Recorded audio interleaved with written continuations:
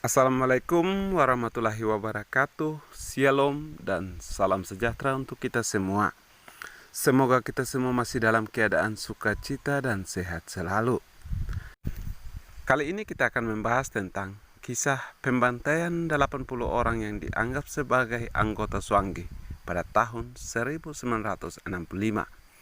Untuk itu, mohon maaf apabila dalam penyampaian ini ada yang kurang, maka mohon dikoreksi.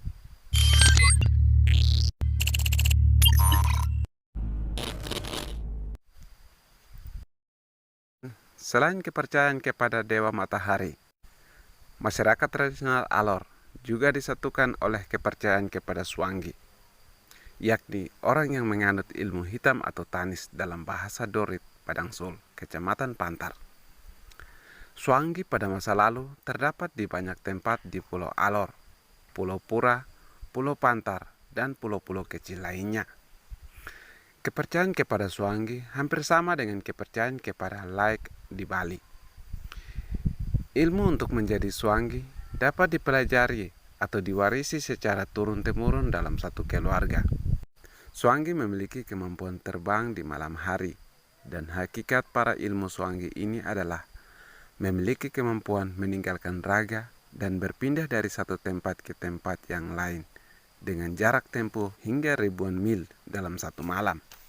Di tengah masyarakat Alor berkembang sebuah mitos bahwa jika menemukan seseorang seperti nenek-nenek tersangkut di pohon atau di tiang listrik pada tengah malam, dapat dipastikan bahwa nenek itu adalah Swangi yang baru saja melakukan perjalanan terbang dari satu tempat ke tempat lain untuk mencari mangsa, atau Swangi yang sedang menguji ilmunya di malam hari. Para penganut ilmu hitam atau tanis ini sering menimbulkan keresahan dalam masyarakat pada masa lalu, karena kekuatan ilmunya itu banyak digunakan untuk maksud yang tidak baik. Oleh sebab itu, akhirnya penganut ilmu hitam ini dikejar dan dibunuh. Satu pembunuhan yang masif terhadap penganut ilmu hitam atau tanis ini terjadi pada tahun 1965, bertepatan dengan kejadian pemberantasan Partai Komunis Indonesia. Seperti yang disampaikan oleh Bapak Simon Klaping Waang di Desa Kaira, Padang Sul, menjelaskan bahwa telah terjadi pembunuhan sebanyak 80 orang yang dianggap sebagai anggota Swangi pada tahun 1965. Pembunuhan terhadap kelompok Swangi ini dilakukan oleh seorang masyarakat penduduk lokal yang memiliki ilmu lebih tinggi dari Raja Swangi. Dan dalam tugasnya, ia dibantu oleh Tentara Nasional Indonesia yang ikut memburu para penganut Swangi di Pantar pada tahun 1965 tersebut. Kelompok Swangi ini juga memiliki kelompok suku dan dipimpin oleh seorang Raja Swangi. Ketika kelompok ini semakin banyak pengikut dan jumlahnya, tindakan mereka mulai meresahkan masyarakat. Salah satu penyebab Swangi tidak disukai adalah penyebaran ilmunya dilakukan dalam lingkungan keluarga. Jika seorang kepala keluarga menganut ilmu hitam atau Swangi, biasanya istri dan anaknya juga akan diajak menganut ilmu ini. Ilmu ini diturunkan melalui hubungan darah dan perkawinan. Saat seseorang sedang melaksanakan ilmu Swangi ini, maka anggota keluarganya harus menjaga tubuh atau raganya agar tidak berubah posisi. Jika posisi raga berubah, pengguna ilmu Swangi ini tidak bisa kembali masuk ke dalam raga yang ditinggalkannya, dan hal itu dapat menyebabkan kematian. Kemudaratan atau kerusakan dan bencana yang ditimbulkan oleh penganut ilmu hitam atau Swangi ini adalah terpecah belahnya suatu suku karena praktiknya yang menyimpang dan perselingkuhan dalam keluarga.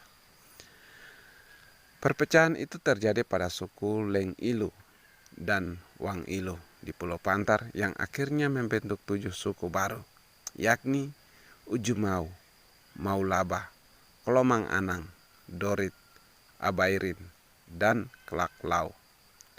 Maulaba kemudian menurunkan 2 suku lagi, yakni Maumutu atau sulung, dan Maiki atau adik.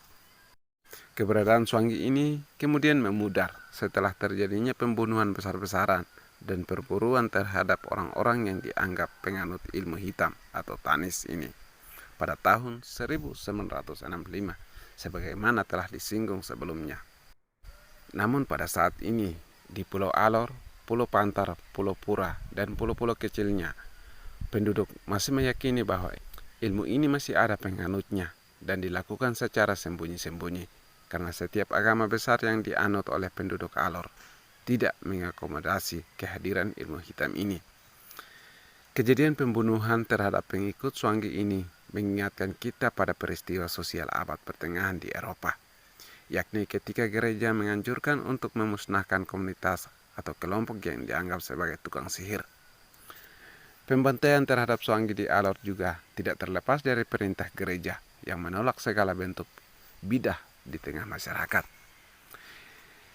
Nilai-nilai yang terdapat di tengah masyarakat yang bertolak belakang dengan nilai-nilai dan ajaran gereja ditolak dan dimusnahkan, termasuk benda-benda produk budaya seperti senjata perang, perlengkapan ritual, sekaligus segala atribut yang berhubungan dengan Swangi dan praktek persuanggian ditolak oleh para misionaris pada masa lalu, sebagaimana disampaikan oleh Bapak Yusuf Tangpeni di Kampung Meraman, Kecamatan Alor Barat Daya.